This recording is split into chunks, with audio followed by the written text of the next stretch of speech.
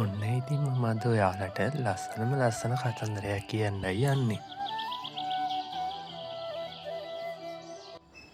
ඔන්න ඉතින් එකමත් එක රටක හරි ලස්සන ගමක් තිබුණා. මේ ගම හරිම ලස්සනයි. ඔන්න ඉතින් මේ ලස්සන ගමේ හිටියා බණ්ඩා කියලා හොඳට සල්ලි තියෙන මිනිස්සෙක්.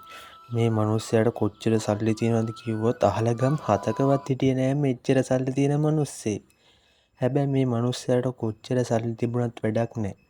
මේ මිනිස්සයා හරිම ලෝභයි. ඒ ගැන ගමේ මිනිස්සුත් හොඳට දැනගෙන හිටියා. අපේ අර බන්දර පුදුම සල්දියක් නේද තියෙන්නේ?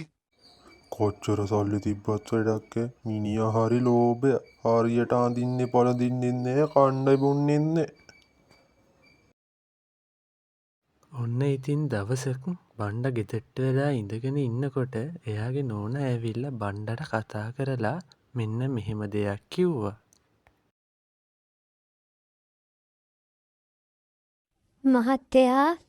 මහත්තයා බලන්නව ගෙදර උයන්න මොනවන්නේ. ගිහින් ගෙදරට බඩු මුට්ටු ටිකක් අරන් ඉන්න. ඔන්න එතකොට අපේ බණ්ඩා මෙන්න මෙහෙම කිව්වා. කොහෙන් තියෙන සල්ලිද ඔය ඔච්චර කන්ද බොන්ද වේදන් කරන්න? තාමස හිතන් ඉන්නේ සල්ලි ගස්වලින් කරුණා කියලාද? මට බෑ සල්ලි වෙදන් කරන්න. මං ගාව තියෙන සල්ලියක් නෑ. හීයකඩු එහෙම කියන්නේ. අර පොඩි කහගෙන ඉන්න සල්ලි වලට කරන්න දෙයක් තියෙන්න එපයි නේද? ගිහින් ගෙදරට බඩු මුට්ටු ටිකක් ගිහින් ගේනවා. පිස්සුද යෝදියේ ඒවා එහෙම විනාශ කරන්න බෑ. ඔය තියෙන එකක් උයලා ගන්නවා. අය මේ පොව්ව වියදම් කරන්න පිස්සු ඇ සම්සෙට. අනික කනවා බොනවා කියලා කොහොම වේදම් කරන්න ඕනේ ඔය තියෙන එකක් උයලා කාලා බීලා ඉමු අපි. ඔන්න ඉතින් මේ දෙන්න මෙහෙම කියවගෙන අවසානයේ බණ්ඩාගේ නෝනා මෙතනින් කලකිරිලා යන්න ගියා. අනේ මන්ද මේ මිනිස්සයාගේ මේ කුණුලෝභකම කවද නැති වෙයිද දන්නේ. කවදා හරි මේ මිනිස්සයා මෙයාගේ ලෝභකම හින්දා ලොකු විග්නයකට මොහොන දීලා තමයි නවතින්නේ. ඔන්න ඉතින් යාළුවේ මේ ගමේ මේ විදිහට ටික දවසක් ලස්සනට කාලය ගත වුණා.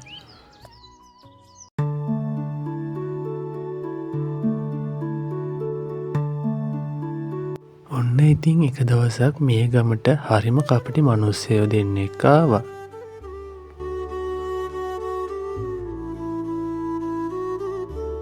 ඉතින් මේ දෙන්නට බණ්ඩාගේ සල්ලි ගැනත් ගමේ මිනිස්සුන්ගෙන් දැනගන්න පුළුවන් වුණා.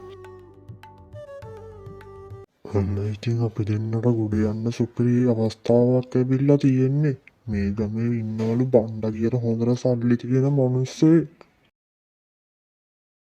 අපි දෙන්න මේ වැඩේ හොඳට කරගත්තොත් අපි දෙන්නට අවුරුදු ගාණක් හොඳට කාලා බීලා ජීවත් වෙන්න පුළුවන්. ඒ තරමට මේ මිනිහට සල්ලි. ඒ කියන්නේ උන්න හේ මේකට මොකක් හරි උප්පර වැට්ටියක් යොදලාද තියෙන්නේ අපිට මේ සල්ලි ටික ගන්න පුළුවන් විදිහට. නැතුවයි මම හොඳ උප්පර වැට්ටියක් යොදලා තියෙන්නේ. මයි යන ගමන් තමුසෙට ඒක කියන්නම්කෝ. ඔන්න ඉතින් මේ දෙන්න ඒ ගැන කතා වෙවි යාළුවේ ගමන යන්න ගියා. අපි බලමුකෝ යාළුවේ මොකද මේ දෙන්න ඉස්සරහට කරන්න කියලා.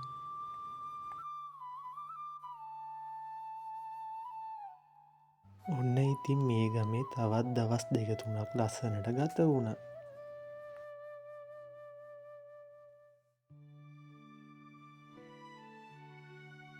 ඔන්න ඉතින් දවසක් අපි බණ්ඩා උදේම ගමනක් යන අතරමඟ අර හොරු දෙන්න බණ්ඩා එනවා දැකලා මෙන්න මෙහෙම බණ්ඩට ඇහින්න කතා වුණා.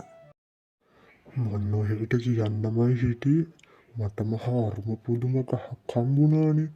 අපේ ධනය ඔක්කොම දෙගුණ තෙගුණ කරලා දෙන. මොනවෑ ඔයා ඔය ඇත්තමද කියන්නේ? වෙන්න බෑ. එහෙනම් මටත් ඔය ගහ තියෙන තැන කියනවකෝ. මං ඔහෙට තැන කියන්න. ඔහේ මගේ යාළුවනේ. හැබැයි කාටවත් මේ තැන ගැන කියන්න එපා. මම මේ කියන තැන වැඩි ඈතක නෙවේ තියෙන්නේ. මේ කැලේ තියෙන ලොකු ගහ ගැනයි මම මේ කිව්වේ. ඔන්න ඉතින් මේ දෙන්න මේ විදිහට බණ්ඩට ඇහෙන විදිහට කතා වෙලා හිමීට මෙතනින් යන්න ගියා. ඒ ගැන අපේ බණ්ඩත් අහගෙන හිටියේ. මමත් ඒ ගහගාවට ගිහිල්ලා මගේ සල්ලි දෙගුණ තෙගුණ කරදන් දුන්. එහෙම වුණොත් මම තමා මේ රටටම ඉන්න දනවත. ඔන්න ඉතින් අපේ මෝඩ බණ්ඩා මෙහෙම හිතලා එයා ආපු වැඩෙන් නවත්තලා ආපහු එහා ගෙදර ගියා.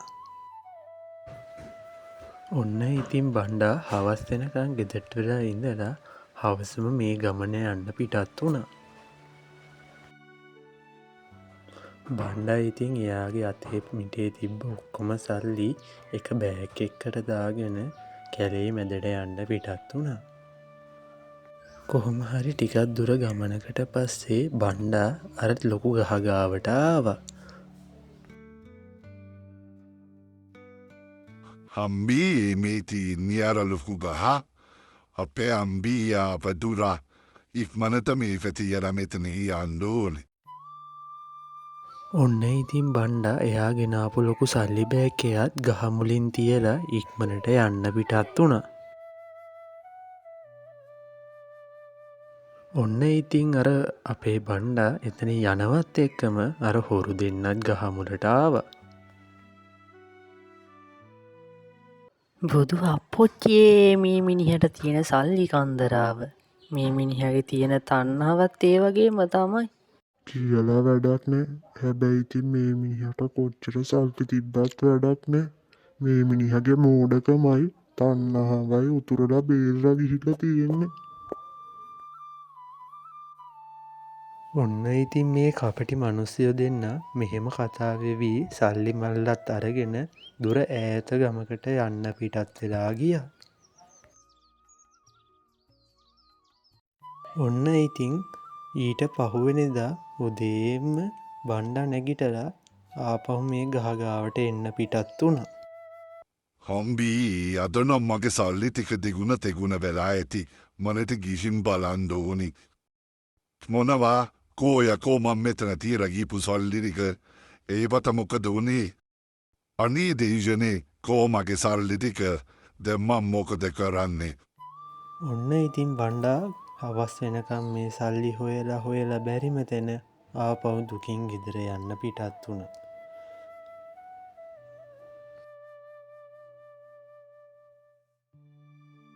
ඔන්න ඉතින් අපේ බණ්ඩා ගෙදර එනකං නෝනහාමිනෙත් බලාගෙන හිටියා. නෝනහාමිනේ දැක්ක බණ්ඩා දුකින් ගෙදර එනවා. Balanna kanune mata una vinnejak. Mage tibbase satamaneti velagia. Ane diyane den napi mokada karanne. ඔන්න ඉතින් බණ්ඩා උන හැමදේම එයාගේ නෝනට කිව්වා. මේක අහලා ඉතින් නෝනටත් දුකයි. ඒත් නෝනා බණ්ඩගේ හිත හදන්න උත්සාහ කරා. මොනව කරන්නද මහත්තයා? උහේගේ මෝඩකම් වලට මේවා හොඳ පාඩම්. දැන් ඉතින් දුක් නොවී ඉන්නවා. මේවා හම්බ කරගන්න බැරියයි. ඔන්න ඉතින් පුංචි යාළුවේ මේ විදිහට දවස් 2-3ක් ගත වුණා. හැබැයි බණ්ඩගේ හිතේ තිබ්බ දුක නම් අඩු වුණේ නෑ. බණ්ඩා නොකා නොබීම එයාගේ නැතිවිච්ච සල්ලි ගැනම හිත හිතා දුක් වෙවි හිටියා.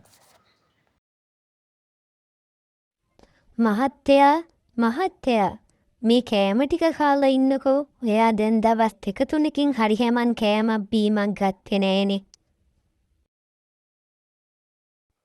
Mate ipan unikem. Mata hanna kisi hitakne. Owa gihin tiyanne. බණ්ඩගේ නෝනා එයාගේ හිත කොච්චර හදන්න හැදුවත් බණ්ඩට බණ්ඩගේ හිත හදාගන්න බැරි වුණා. ඉතින් බණ්ඩා මේ ගැනම කල්පනා කර දවස ගෙව්වා. කොහොම හරි ඉතින් බණ්ඩා සල්ලි ගැන හිතලම දුක් වෙලා අවසානයේ ඉතින් එයාගේ ජීවිතේනොත් එයාට වන්දි ගෙවන්න සිද්ධ වුණා. ඉතින් පේනව නේද මගේ පුංචි යාළුවේ තණ්හාවයි ලෝභකම හින්දා අවසානයේ බණ්ඩට උන විපැත්තේ. ඉතින් ඔන්න පුංචි ඔයාලට මට දෙන්න තියෙන උපදෙස තමයි ඕනෑවට වැඩිය තණ්හා වෙන්නත් එපා. හැම වෙලෙම මොලේ කල්පනා කරලා වැඩ කරන්න කියලා තමයි මට ඔයාලට කියන්න තියෙන්නේ.